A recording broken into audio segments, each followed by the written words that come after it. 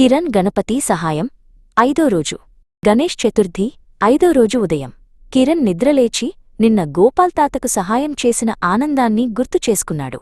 అతని మనసులో ఈరోజు ఇంకేం మంచి పని చేయాలనే ఆలోచనలు తిరుగుతున్నాయి. అమ్మా, ఈరోజు మనం ఎవరికైనా సహాయం చేయగలమా అని కిరణ్ తన అమ్మనడిగాడు. అమ్మా, ఆలోచించి, ఈరోజు మనం వృద్ధాశ్రమానికి వెళ్దామా కిరణ్? అక్కడ ఒంటరిగా ఉన్నవారికి మన సమయం చాలా విలువైనది అంది. కిరణ్ సంతోషంగా తల ఊపాడు. కొద్దిసేపటి తరువాత కిరణ్ తన అమ్మతో కలిసి వృద్ధాశ్రమానికి బయల్దేరాడు. దారి పొడవునా అక్కడ ఎవరిని కలుస్తాడో అని ఆసక్తిగా ఎదురుచూశాడు. వృద్ధాశ్రమంలోకి అడుగుపెట్టగానే కిరణ్కు చాలామంది పెద్దవారు కనిపించారు. కొందరు పుస్తకాలు చదువుతున్నారు, కొందరు మాట్లాడుకుంటున్నారు.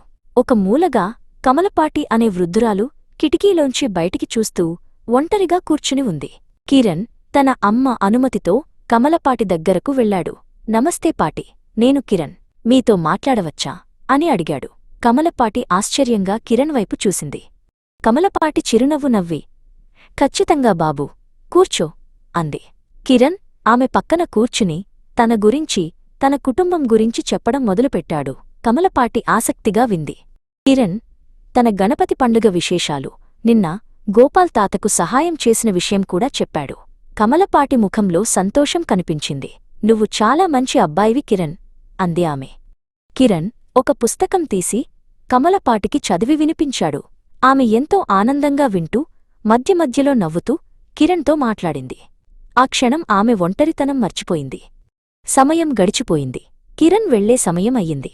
నాతో ఇంతసేపు మాట్లాడినందుకు ధన్యవాదాలు కిరణ్, నువ్వు నా రోజును చాలా సంతోషంగా మార్చావు అని కమలపాటి చెప్పింది. కిరణ్ తన అమ్మతో కలిసి ఇంటికి తిరిగి వచ్చాడు. అతని మనసులో కమలపాటి సంతోషం నిండి ఉంది. ఇతరులతో సమయం గడపడం, వారి మాటలు వినడం కూడా ఒక గొప్ప సహాయమే అని కిరణ్ గ్రహించాడు.